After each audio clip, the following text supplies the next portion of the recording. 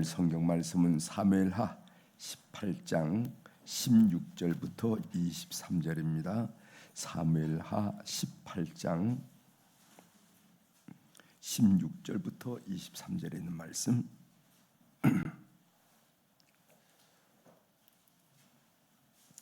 사무엘하 18장 16절부터 23절에 있는 말씀. 찾으셨으면 제가 봉독해 드리겠습니다. 요압이 나팔을 불어 백성들에게 그치게 하니 그들이 이스라엘을 추격하지 아니하고 돌아오니라. 그들이 압살롬을 옮겨다가 숲을 가운데 큰 구멍에 던져 그를 던지고 그 위에 매우 큰 돌무더기를 쌓으니라. 온 이스라엘 무리가 각기 장막으로 도망하니라. 압살롬이 살았을 때 자기를 위하여 한 비석을 마련하여 세웠으니 이는 그가 자기 이름을 전할 아들이 내게 없다고 말하였습니다라. 그러므로 자기 이름을 기념하여 그 비석에 이름을 붙였으며 그 비석이 왕의 골짜기에 있고 이제까지 그것을 압살롬의 기념비라 일컫더라. 사독의 아들 아히마아스가 이르되 청하건대 내가 빨리 왕에게 가서 여호와께서 왕의 원수 갚아주신 소식을 전하게 하소서. 요압이 그에게 이르되 너는 오늘 소식을 전하는 자가 되지 말고 다른 날에 전할 것이니라. 왕의 아들이 죽었나니 내가 오늘 소식을 전하지 못하리라 하고 요압이 구스 사람에게 이르되 내가 가서 본 것을 왕께 아뢰라 하매 구스 사람이 요압에게 절하고 다름질하니 하여 가니 사독의 아들 아히마아스가 다시 요압에게 이르되 청하건대 아무쪼록 내가 또한 그 사람의 뒤를 따라 달려가게 하소서 하니 요압이 이르되 내 아들아 너는 왜 달려가려 하느냐. 이 소식으로 말미암아서는 너는 상을 받지 못하리라 하되 그가 한사코 달려가겠노라 하는지라. 요압이 이르되 그리하라 하니 아히마아스가 들길로 다름질하여 구스 사람보다 앞질러 가니라. 아멘. 23절까지 함께 봉독했습니다.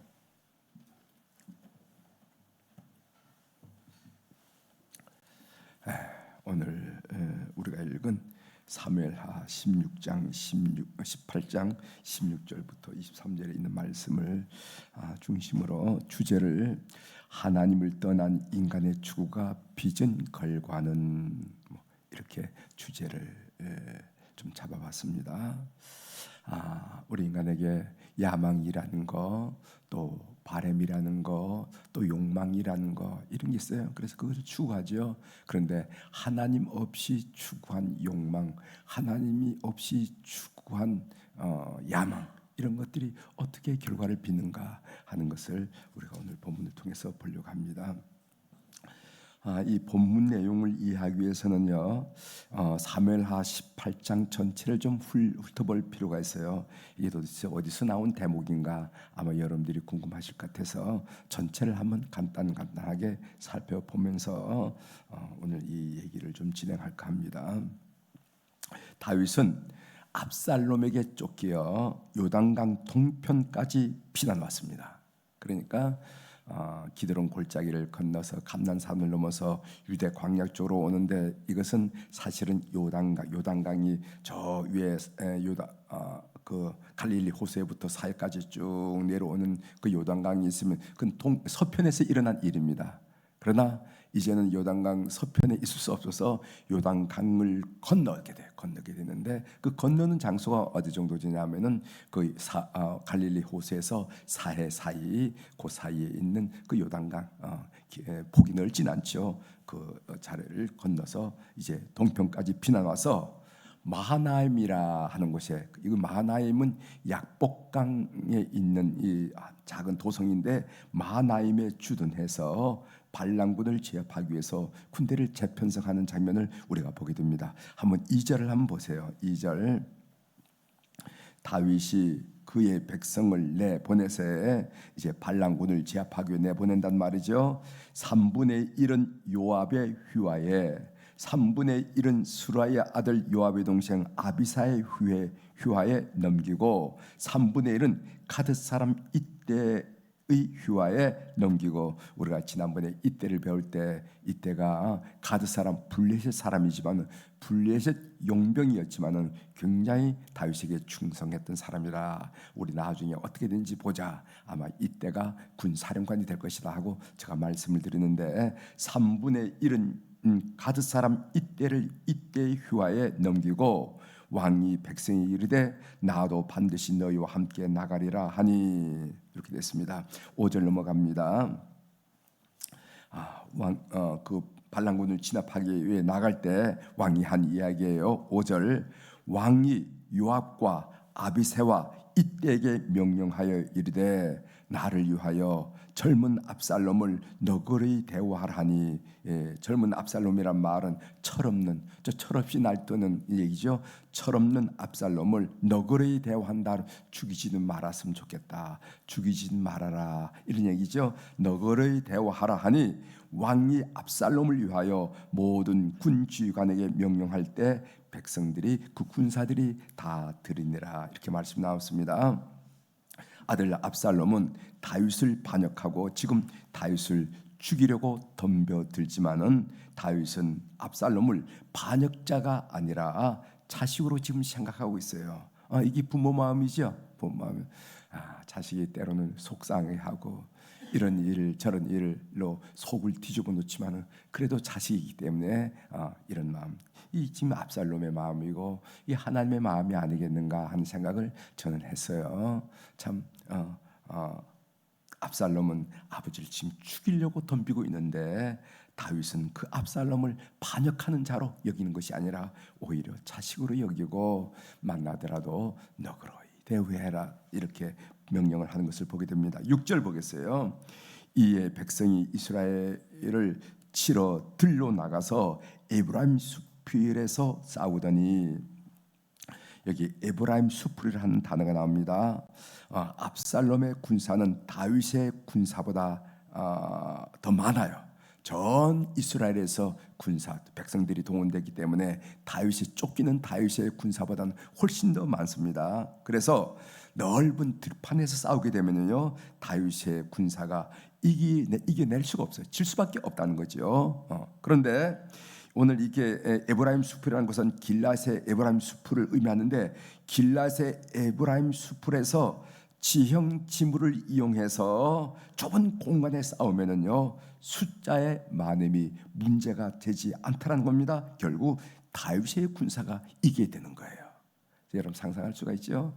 넓은 들에서 싸우게 되면은요, 군대가 많은 쪽이 이길 수가 있지만은 사람이 움직이기 어려운 숲에서 좁은 공간에 싸울 때는 사람이 많고 적음이 문제가 되는 것이 아니라는 것을 알게 되고 다윗 군대가 결국 이겼다는 겁니다. 9절 보세요.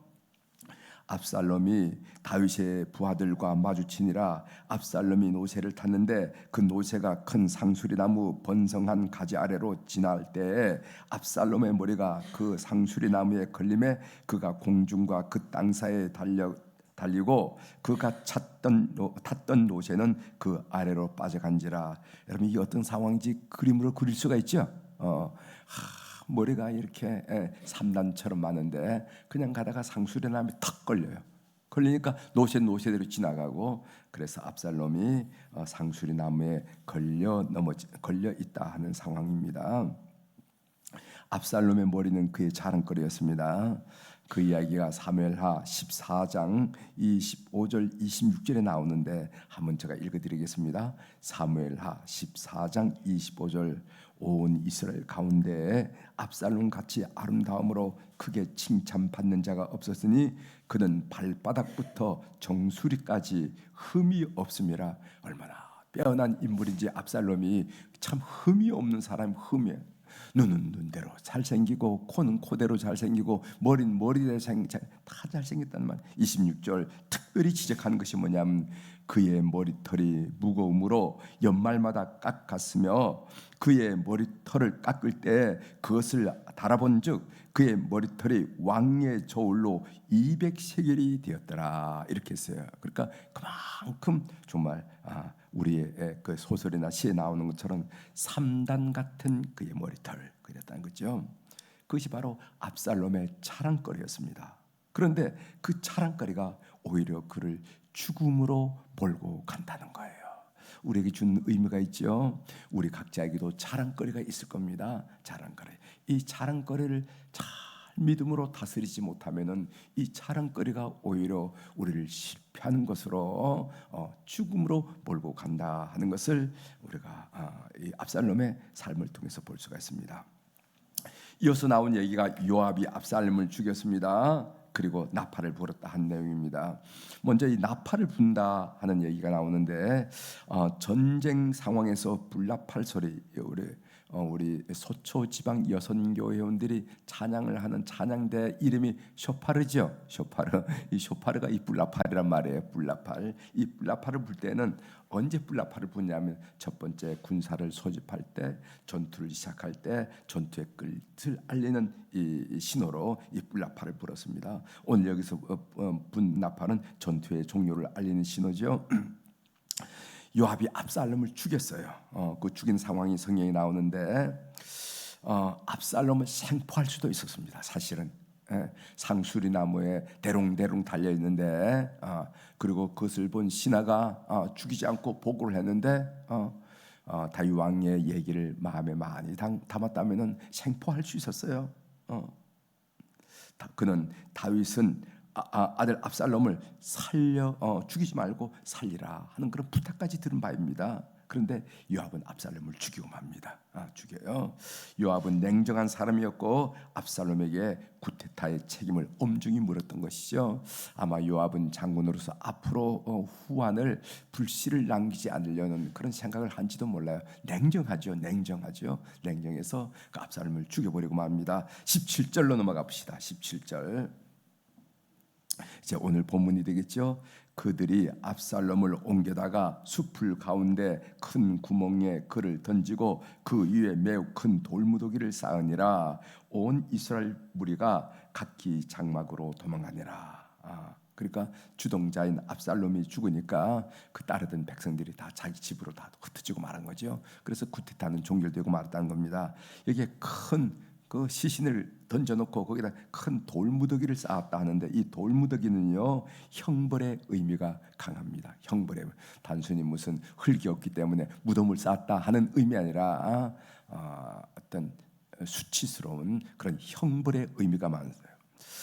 여러분 그 아간의 돌무더기라고 여러분 성경을 읽을 때 보셨을 거예요. 이 아간이 어떤 사람인가 하면은 이스라엘 백성들이 요단강을 건너서 여리고 성을 점령할 때 승리를 거뒀습니다. 그 막강한 난공불락의 성인 여리고 성을 이겼어요. 하나님은 여리고 성을 이스라엘 백성들이 주면서 뭐라고 했냐면 거기 있는 건 하나도 건지지 말고 다 태워버리라고 그랬어요. 그런데 이 아간이라는 자가 어떻게 했냐면은 시날산 에투 한 벌과 그리고 은 200세겔 금 50세겔을 훔쳤어요. 아간이라는 사람이. 그 다음에 일어난 전투가 아이성 전투였는데 아이성 전투는 비교가 안 될 정도로 작은 성이었습니다. 이스라엘 백성들을 다 동원할 이유도 없었어요. 그런데 지고 말았어요. 많은 사람이 죽고 말았습니다. 하나님 이게 어떻게 된 일입니까? 라고 여호수아가 하나님께 물었을 때 결국 아간이 시작되잖아요. 그 이야기가 있는데 아간의 돌무더기 이야기인데 제가 그 부분을 좀 읽어드리겠습니다. 여호수아 7장 25절 26절이 있는데 오늘 이 소위 압살롬의 큰 돌무더기와 연결해서 한번 들어보시길 바랍니다. 여호수아 7장 25절입니다. 여호수아가 이르되 내가 어찌하여 아간을 보고 한 얘기예요. 내가 어찌하여 우리를 괴롭게 하였느냐? 여호와께서 오늘 너를 괴롭게 하시리라 하니 온 이스라엘이 그를 돌로 치고 물건들도 돌로 치고 불사르고 26절 그 위에 돌 무더기를 크게 쌓았더니 오늘까지 있더라. 여호와께서 그의 맹렬한 진노를 그치시니 그러므로 그곳 이름을 오늘까지 아골골짜기라 부르더라. 아골골짝 빈들에도 이런 찬양이죠. 이 아골골짝이 바로 여기서 나왔습니다.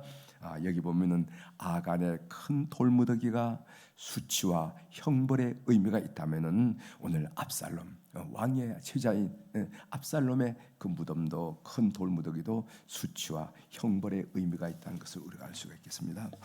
자, 여기에 18절에 보면은 전체 내용과 어울리지 않은 한마디가 나와요. 그 압살롬의 기념비에 대한 내용이 나오는데 18절 한번 읽어보겠습니다. 압살롬이 살았을 때에 자기를 위하여 한 비석을 마련하여 세웠으니 이는 그가 자기 이름을 전할 아들이 내게 없다고 말하였음이더라. 그러므로 자기 이름을 기념하여 그 비석에 이름을 붙였으니 그 비석이 왕의 골짜기에 있고 이제까지 그것을 압살롬의 기념비라 일컫더라. 압살롬이 기념비를 세운 이유가 뭐냐? 그것은 자기 자신을 드러내려고, 다시 말하면 자기를 우상화하려는 욕망이 아니겠습니까? 이게 바로 압살롬의 몰락의 시작이에요. 압살롬의 몰락의 시작이라는 겁니다. 우리의 성도들의 모든 삶을 통해서 드러내야 될 것은 하나님의 영광을 올려드리고 하나님의 이름이고 그리스도의 이름인데, 오늘 이 압살롬은요 기념비를 세웠어요. 그 기념비는 뭔가? 자기 이름을, 여기 나오잖아요, 자기 이름을 기념하여, 자기 이름을 드러내려고 했다는 거죠. 이것이 바로 압살롬의 몰락의 시작입니다. 여러분, 이 사울의 몰락도 마찬가지입니다. 사울도 기념비를 세우면서 몰락의 길에 접어든 것을 우리가 볼 수가 있어요. 사무엘상 15장 12절인데 제가 그 부분을 읽어드리겠습니다. 사무엘이 사울을 만나려고 아침에 일찍이 일어났더니 어떤 사람이 사무엘에게 말하여 이르되 사울이 갈멜에 이르러 자기를 위하여 기념비를 세우고 발길을 돌려 길갈로 내려갔다 하는지라. 이랬어요. 사울이 자기를 위하여 기념비를 세웠다. 이것은 사울이 아멜렉과의 전쟁에서 이긴 다음에 승전 기념비를 세웠다 하는 이런 말입니다. 여러분, 우리가 루시퍼를 사탄의 왕이라고 그러죠. 사탄, 루시퍼. 이 루시퍼가 어떤 사람이냐면, 원래 어떤 천사냐면 원래 하나님을 찬양하는 천사장이었어. 그 하나님 곁에서 하나님을 찬양하는 천사장이었습니다.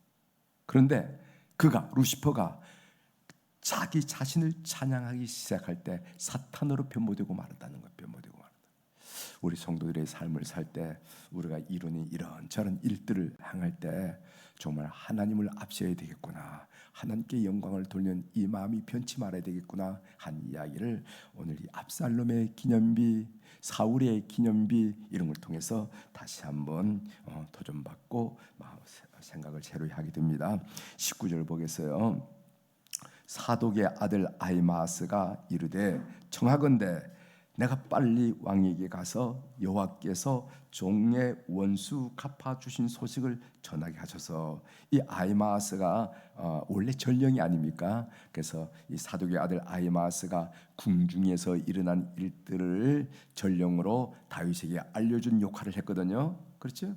아히마아스, 아비아이들의 아들 요나단과 이 아히마아스, 이 두 사람이 사실 궁중에서 일어난, 왕이 떠난 궁중에서 일어난 일들과 그리고 피난지에 있는 다윗에게 연결하는 전령 역할을 했습니다. 근데 이 아히마아스가 이런 얘기를 하는 겁니다. 요압 군대에서 말하는 거 뭐냐면은, 빨리 오늘 다윗 왕에게 아들이 죽어서 이 일이 평정됐다는 얘기를 좀 소식을 전하고 싶습니다. 그렇게 얘기해요.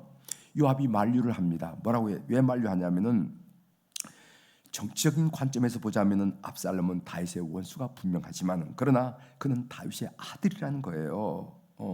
오늘 우리가 승리했다는 이 승리의 소식은 다윗에게 승전보로 여겨질지 아니면은 그렇지 않을 수도 있다.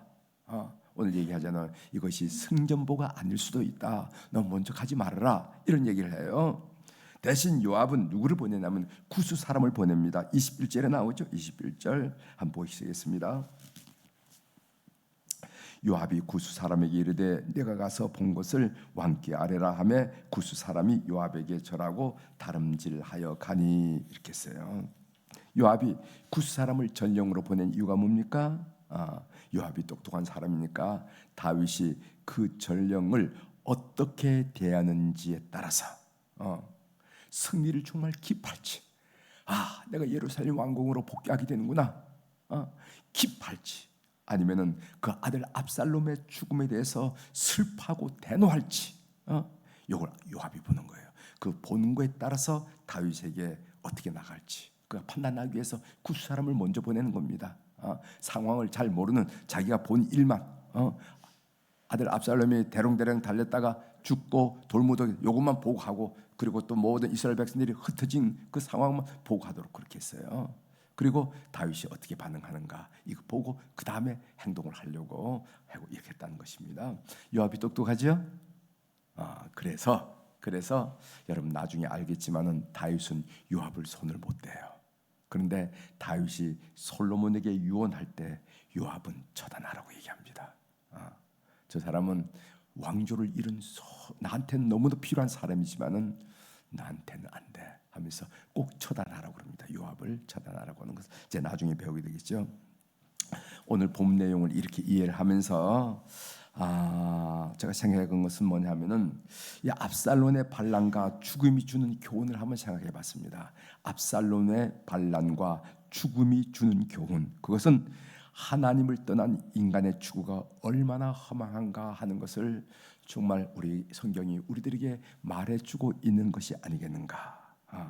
압살롬의 권력욕은 결국 돌무더기로 남게 되었다. 눈을 크게 뜨고 한번 똑똑히 보라 하는 것을 우리가 성경을 통해서 우리가 새겨볼 수가 있습니다.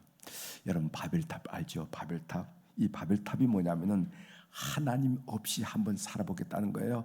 하나님이 없이 추구되는 인간의 야망, 인간의 욕망, 인간의 욕심을 상징하는 것이 바벨탑이 아닙니까? 그렇죠? 바벨탑은 하나님 없이 살아보겠다, 하나님이 없이 추구되는 인간의 욕망, 이것을 상징인데 결국 어떻게 됐습니까? 바벨탑은 흩어짐으로 망하고 말았다는 거예요. 그래서 오늘 우리가 이 본문을 통해서 귀하게 교훈을 얻는 것은 뭐냐면은 우리 인간에는 본성적으로 욕망이라는 것이 있는데, 추구하는 욕망이라는 게 있는 건데, 이 욕망이 하나님 있는 거룩한 욕망이 되지 않으면은 이것은 우리 가문을, 우리 후손들을 복되게 하는 일이 아니라 오히려 비극으로 이끄는 일이 될 수도 있다 하는 큰 교훈을 오늘 여러분들이 마음에 새기는 이 새벽이 되기를 주의 이름으로 권면합니다. 그렇구나. 압살롬 같은 그런 유능한 사람, 재능인 사람, 정치력이 있어요. 그 백성들을 끌어당기는 정치력도 있습니다. 그런 사람이 하나님 없이 했는 게 결국 돌무더기로 전락하고 말았다 하는 뜻에서 오늘 우리 삶의 목표를 다시 한번 가다듬는 이 새벽이 되기를 주의 이름으로 부탁을 드립니다. 기도하시겠습니다. 하나님 아버지, 아버지를 반역한 이 압살롬의 반란과 또 그의 죽음이 주는 그 교훈을 우리가 본문을 쭉 살펴보면서 음미를 해봤습니다. 그러면서 오늘 성경 말씀이, 이 본문이 우리에게 똑똑히 분명히 가르쳐주는 말씀을 들었습니다. 그것은 하나님이 없는 권력욕, 인간의 야망은 결국 돌무더기가 된다 하는 것을 우리들에게 잘 가르쳐주고 있는데, 오늘 이 새벽에 나온 우리 모든 교우들이 의미를 잘 새기는 저희들 될 수 있도록 은혜를 베풀어 주옵소서. 우리 자녀들이, 우리 손자 손녀들이 잘 됐다고 펄쩍펄쩍 뛸 때 하나님과의 관계는 어떻게 되는지 꼭 질문하면서 기도하라고, 말씀에 서라고 권면할 줄 아는 믿음의 사람들이 다 될 수 있도록 은혜를 베풀어 주시옵소서. 오늘 또 하나님 앞에 귀한 물질을 드리는 우리 사랑하는 교우들이 있습니다. 1,000번째 헌금, 그리고 또 11조 감사헌금, 이 헌금으로 이 새벽 제단을 풍성하게 갖고 싸우니 주께서 기억하시고 연락하여 주시옵소서.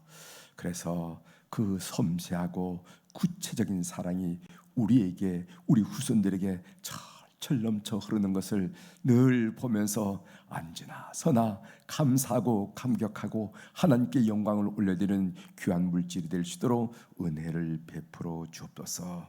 오늘 월요일날 우리 환우들을 위해 기도합니다. 병원에 있는 환우들, 또 퇴원해서 가정에 통원하면서 치료받고 있는 환우들, 이런저런 수술로 회복하고 있는 환우들이 있습니다. 하나님, 오늘 또 그들을 방문하여 주옵소서. 그들 영혼을 방문하여 주셔서 질병에 장악되는 것이 아니라 예수 사랑에 장악되고 하나님의 은혜에 장악되고 그래서 오늘 우리가 고백한 것처럼 다음이 없는 사랑, 말로 표현할 수 없는 그 사랑에 늘 감격하는 우리 사랑하는 환우들이 되게 도와주시고, 그들 심령이 두려움, 불안, 걱정, 염려로 가득 찬 것이 아니라 예수의 이름으로 깨뜨려버리고 소망과 감사와 기쁨과 담대함으로 가득 차게 도와주시고, 그들 육체 또한 우리 하나님 역사하심으로 가장 가는 씹힐줄 가장 작은 세포에까지 치료의 광선을 비춰주심으로 회복의 역사가 본인도 느끼고 의료인도 느낄 수 있도록 주님 회복시켜 주시옵소서. 그래서 온 교우들의 가정마다 기쁜 소식이 넘쳐나게 하시고 온 성도들 심령 속에다 하나님의 살아계심을 체험하는 놀라운 역사가 일어나도록 우리 주님 인도하여 주시옵소서. 오늘 또 하늘의 주권과 땅의 주권을 가진 우리 주님의 거룩한 이름으로 선포합니다. 내 영혼이 잘된 같이 범사가 잘되고 강건한 그 은혜와 축복을 우리 사랑하는 교우들이 24시간 사는 동안에 많이 체험하도록 역사하여 주시옵소서. 넉넉히 그렇게 하실 우리 주님을 찬양하며 예수님의 이름으로 기도 올리옵나이다. 아멘.